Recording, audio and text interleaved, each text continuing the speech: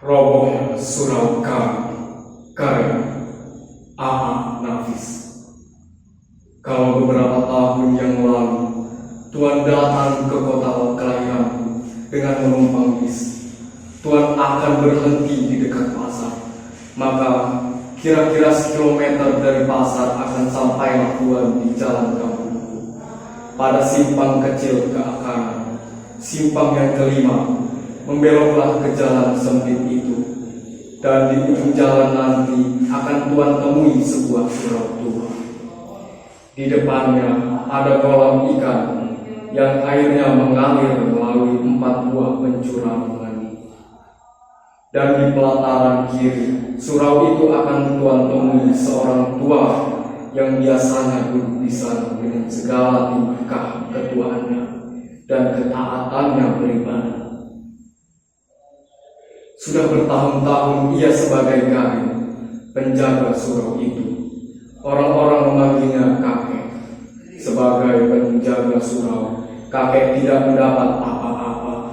Ia hidup dari sedekah yang dipungutnya sekali sebulan.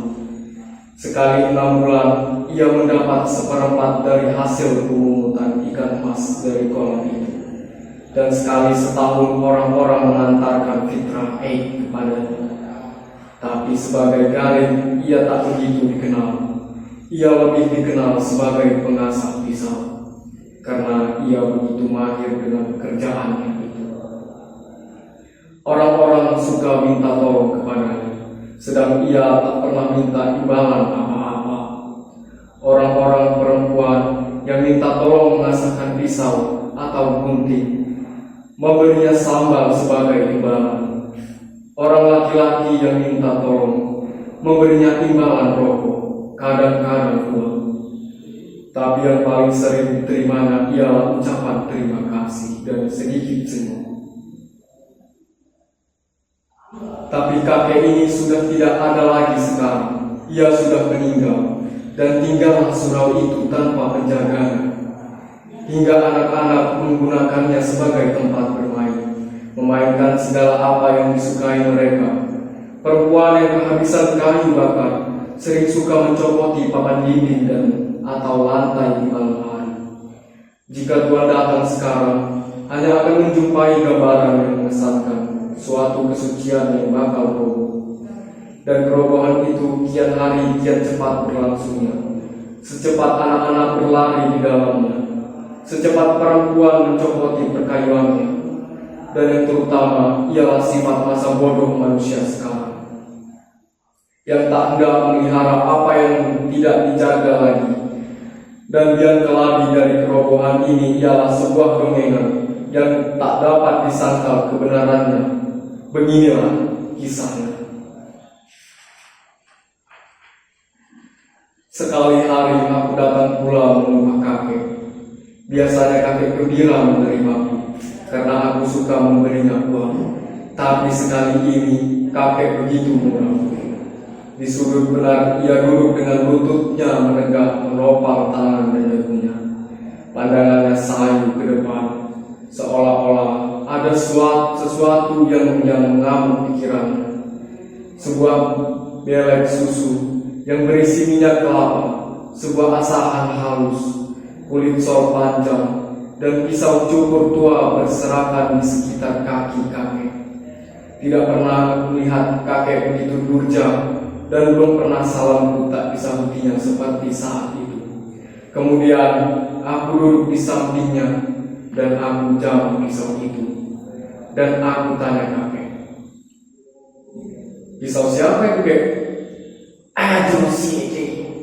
"Aduh Sidi?" Kakek tak menyambut. Maka aku ingat Aduh Sidi, si pembual itu. Sudah lama aku tak ketemu dia, dan aku ingin ketemu dia lagi. Aku senang mendengar bualannya. Aduh Sidi bisa mengikat orang-orang dengan bualannya yang aneh-aneh sepanjang hari. Tapi ini jarang terjadi, karena ia begitu sibuk dengan pekerjaannya. Sebagai pembual, sukses terbesar baginya ialah karena semua pelaku-pelaku yang menceritakannya menjadi model orang untuk diejek dan ceritanya menjadi pameo akhirnya. ada saja orang-orang di sekitar kampungku yang cocok dengan watak pelaku-pelaku ceritanya. Ketika sekali ia menceritakan bagaimana sifat seekor kata, dan kebetulan ada pula seorang yang ketagihan menjadi pemimpin berkelakuan seperti kata itu, maka untuk selanjutnya pimpinan tersebut kami sebut pimpinan kata. Tiba-tiba aku ingat lagi pada kakek dan kedatangan Aju Sidi kepadanya. Apakah Aju Sidi telah membuat bualan tentang kakek? Dan bualan itukah yang mendurjakan kakek? Aku ingin tahu. Lalu aku tanya kakek lagi, apa ceritanya, kakek? Siapa? Aju Sidi. Kurang ajar Aju Sidi. Kakek menjawab. Kenapa? Mudah-mudahan pisau cukur ini yang kuasah tajam-tajam ini menggorok tenggorokannya. Kakek marah. Marah? Ya, kalau aku masih muda, tapi aku sudah tua. Orang tuaku menahan ragam. Sudah lama aku tak marah-marah lagi. Takut aku kalau imanku rusak karenanya, ibadatku rusak karenanya. Sudah begitu lama aku berbuat baik, beribadat, bertawakal kepada Tuhan. Sudah begitu lama aku menyerahkan diri kepadanya. Dan Tuhan akan mengasihi orang yang sabar dan tawakal. Ingin tahuku dengan cerita Aju Sidi yang memurungkan kakek jadi memuncak. Aku tanya lagi kakek, bagaimana katanya kakek? Tapi kakek diam saja. Berat hatinya bercerita barangkali, karena aku telah berulang-ulang bertanya. Lalu ia yang bertanya padaku. Kau kenal padaku bukan? Sedari kau kecil aku sudah di sini. Sedari muda aku bukan? Kau tahu apa yang kulakukan semua bukan? Terkutuklah perbuatanku, dikutuki Tuhanku semua pekerjaanku. Tapi aku tak perlu menjawabnya lagi, sebab aku tahu kalau kakek sudah membuka mulutnya, dia tak akan diam lagi. Aku biarkan kakek dengan pertanyaannya sendiri. Sedari muda aku di sini bukan? Tak ku ingat punya istri, punya anak, punya keluarga seperti orang lain. Tak ku pikirkan hidupku sendiri. Aku tak ingin cari kayu, bikin rumah. Segala kehidupanku lahir batin kuserahkan kepada Allah Subhanahu wa Ta'ala. Tak pernah aku menyusahkan orang lain. Lalat seekor enggan aku membunuhnya. Tapi kini aku dikatakan manusia terkutuk. Umpan neraka. Marahkah Tuhan kalau itu yang kulakukan? Sang kamu akan dikutukinya aku kalau selama hidupku aku mengabdi kepadanya. Tak kupikirkan hari esok, karena aku yakin Tuhan itu ada dan pengasih dan penyayang kepada umatnya yang tawakal. Aku bangun pagi-pagi, aku bersuci, aku pukul beduk membangunkan manusia dari tidurnya supaya bersujud kepadanya. Aku sembahyang setiap waktu. Aku puji-puji dia. Aku baca kitabnya. Alhamdulillah kataku bila aku menerima karunia-Nya. Astagfirullah kataku bila aku terkejut. Masya Allah kataku bila aku kagum. Apa salahnya pekerjaanku itu? Tapi kini aku dikatakan manusia terkutuk. Ketika kakek terdiam agak lama, aku menyalahkan tanyaku. Iya, katakan kakek, kakek. Ia tak mengatakan aku terkutuk, tapi begitulah kira-kiranya. Dan aku melihat mata kakek berlinang. Aku jadi belas kepadanya. Dalam hatiku, aku mengumpati Ajosidi yang begitu memukuli hati kakek. Dan ingin tahuku menjadikan aku nyinyir bertanya. Dan akhirnya kakek bercerita lagi. Pada suatu waktu, kata Ajosidi memulai, di akhirat Tuhan Allah memeriksa orang-orang yang sudah berpulang. Para malaikat bertugas di sampingnya. Di tangan mereka tergenggam daftar dosa dan pahala manusia. Begitu banyak orang yang diperiksa. Maklum, di mana-mana ada perang, dan di antara orang-orang yang diperiksa itu ada seorang yang di dunia dinamai Haji Saleh. Haji Saleh itu tersenyum-senyum saja karena ia sudah begitu yakin akan dimasukkan ke dalam surga. Kedua tangannya ditopangkan di pinggang sambil membusungkan dada dan menegurkan kepala ke guru. Ketika dilihatnya orang-orang yang masuk ke neraka, bibirnya menyunggingkan senyum ejekan. Dan ketika ia melihat orang yang masuk ke surga, ia melambaikan tangannya seolah hendak mengatakan, "Selamat ketemu nanti." Bagai tak habis-habisnya orang yang berantri begitu panjangnya, susut di muka, bertambah yang di belakang, dan Tuhan memeriksa dengan segala sifatnya. Akhirnya sampailah giliran Haji Saleh. Sambil tersenyum bangga ia menyembah Tuhan. Lalu Tuhan mengajukan pertanyaan pertama. "Engkau?" "Aku Saleh. Tapi karena aku sudah ke Mekah, Haji Saleh namanya." "Aku tidak tanya nama. Nama bagiku tak perlu. Nama hanya buat engkau di dunia. Ya Tuhanku, apa kerjamu di dunia? Aku menyembah engkau selalu Tuhanku. Yang lain, setiap hari, setiap malam, bahkan setiap masa aku menyebut-nyebut namamu. Yang lain, ya Tuhanku, tak ada pekerjaanku selain daripada beribadat menyembahmu, menyebut-nyebut namamu, bahkan dalam kasihmu. Ketika aku sakit, namamu menjadi buah bibirku juga. Dan aku selalu berdoa, mendoakan kemurahan hatimu untuk menginsafkan umatmu. Yang lain." Haji Saleh tak dapat menjawab lagi.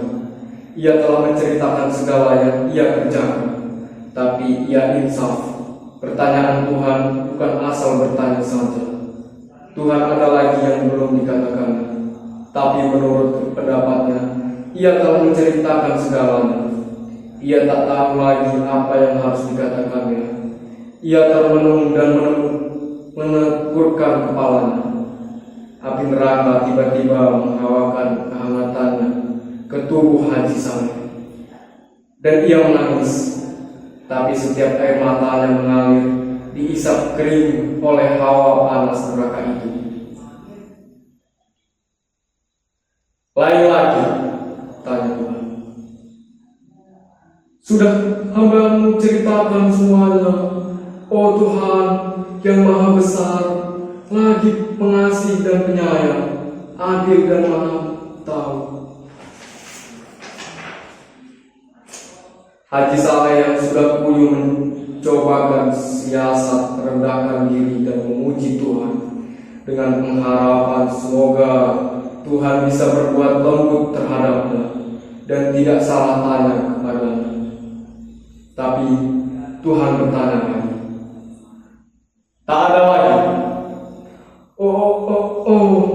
Anu Tuhanku, aku selalu membaca kitab-Mu. Yang lain, sudah kuceritakan semuanya, oh Tuhanku. Tapi kalau ada yang lupa, aku katakan, aku pun bersyukur karena Engkaulah Maha Tahu. Sungguh, tidak ada lagi yang ku kerjakan di dunia selain yang ku ceritakan tadi. Ya, itulah semuanya Tuhanku. Masuk kamu. Dan malaikat dengan sigapnya menjewet Haji Saleh ke neraka. Haji Saleh tidak mengerti kenapa ia dibawa ke neraka. Ia tak mengerti apa yang ia kehendaki Tuhan daripadanya, dan ia percaya Tuhan tidak silap.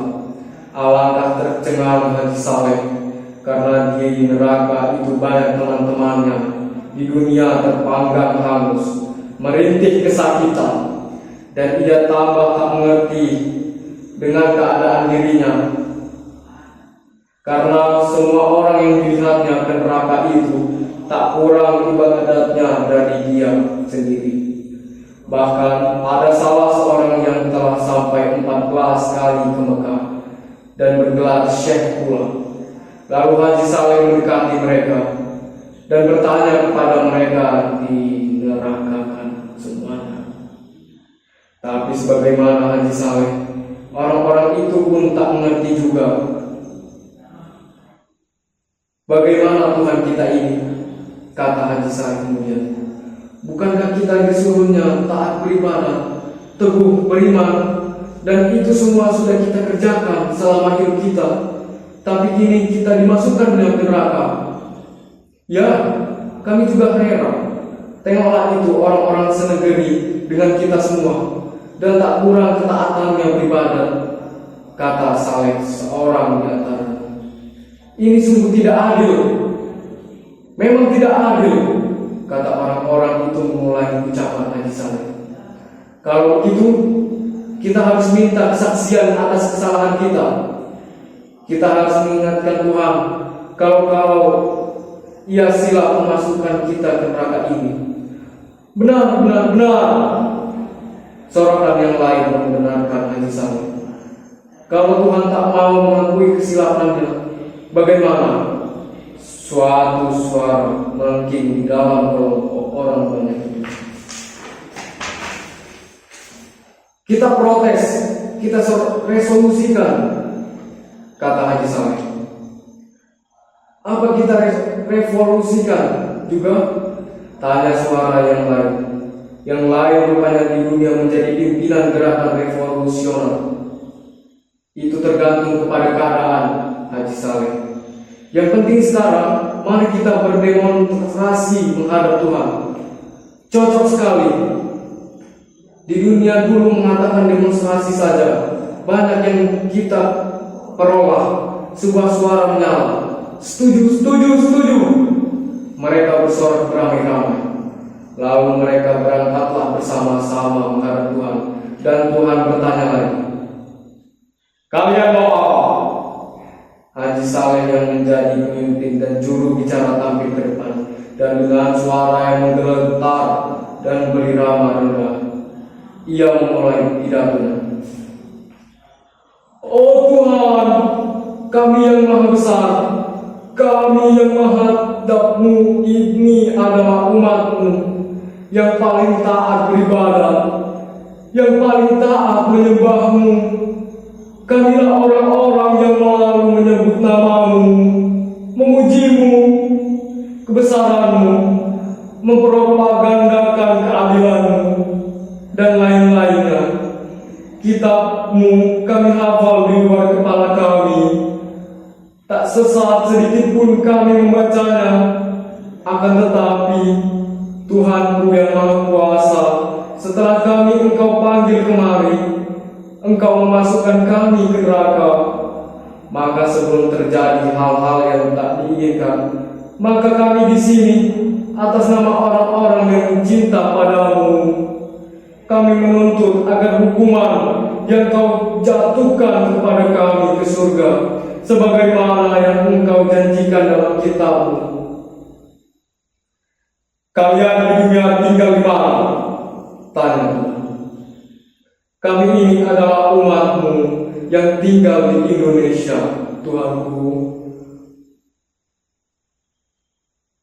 Oh, di negeri yang tanahnya subur itu. Ya, benarlah itu Tuhanku. Tanahnya yang tanahnya maha kaya raya, penuh oleh logam, minyak, dan berbagai bahan tambang lainnya, bukan? Benar.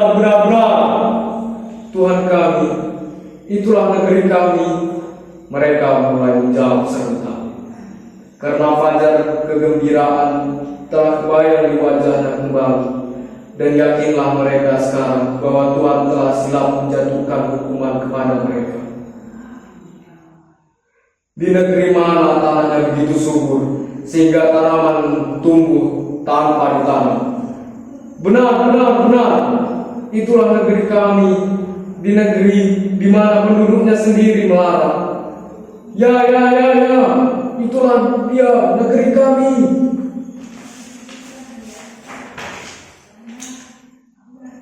Negeri yang lama diperbudak negeri lain. Ya Tuhanku, sungguhlah benar penjajah itu, Tuhanku. Dan hasil tanahmu, mereka yang mengeruknya dan diangkut ke negerinya, bukan? Benar Tuhanku, hingga kami tak mendapat apa-apa lagi. Sungguhlah benar mereka itu. Di negeri yang selalu kacau itu, hingga kamu dengan kamu selalu berkelahi. Sedang hasil tanahmu orang lain juga yang mengambilnya, bukan? Benar Tuhanku, tapi bagi kami soal harta benda itu kami tak mau tahu. Yang penting kami ialah menyembah dan memuji Engkau. Engkau rela tak melarang, bukan? Benar, kami rela sekali Tuhanku. Karena kerelaanmu itu, anak cucumu tetap juga melarang, bukan? Sungguh pun anak cucu kami itu melarang, tapi mereka semua pintar mengaji, kitabmu mereka hafal di luar kepala. Tapi seperti kamu juga, apa yang disebutnya tidak dimasukkan ke hatinya, bukan? Ada Tuhanku. Kalau ada, kenapa engkau biarkan dirimu melarang hingga anak cucumu teraniaya semua? Sedang harta bendamu kau biarkan orang lain mengambilnya untuk anak cucu mereka. Dan engkau lebih suka berkelahi antara kamu sendiri, saling menipu, saling memeras. Aku beri kau negeri yang kaya raya, tapi kau malas.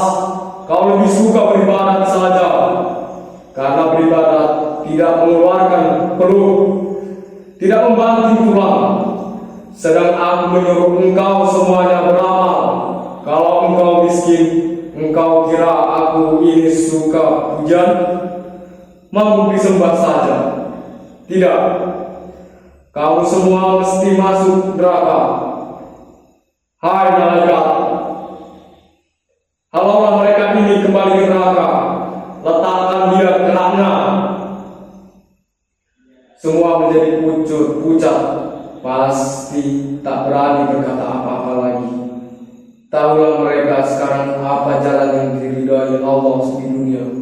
Tapi Haji Saleh ingin juga kepastian apakah yang akan dikerjakannya di dunia itu salah satu benar. Tapi ia tak berani bertanya kepada Tuhan.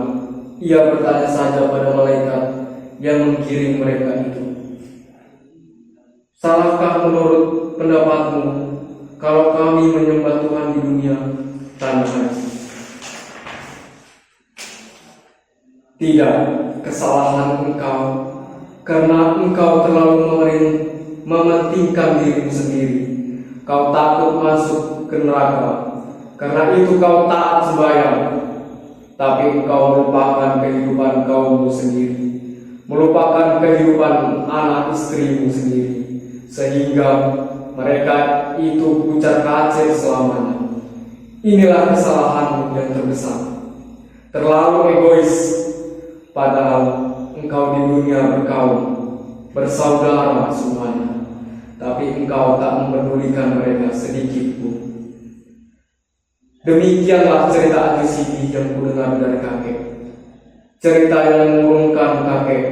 Dan besoknya, ketika aku mau turun rumah pagi-pagi, istriku berkata, apa aku tak pergi menjemput?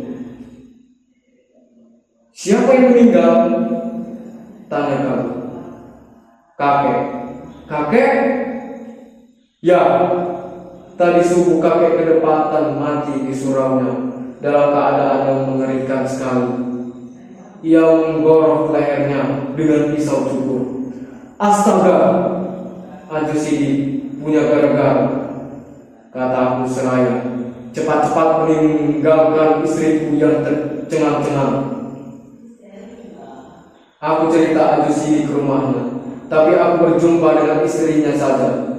Lalu aku tanya dia, ia sudah pergi? Tanya istri Aju Sidi. Tidak, ia tahu kakek meninggal? Sudah, dan ia meninggalkan pesan agar dibelikan kain kafan buat kakek 7 lapis. Dan sekarang, tanyaku kehilangan akal, sungguh mendengar segala peristiwa oleh perbuatan Aju Sidi yang tidak sedikit pun bertanggung jawab. Dan sekarang kemana dia? Kerja. Kerja? Tanyaku mengulangi hamba. Ya, dia pergi kerja.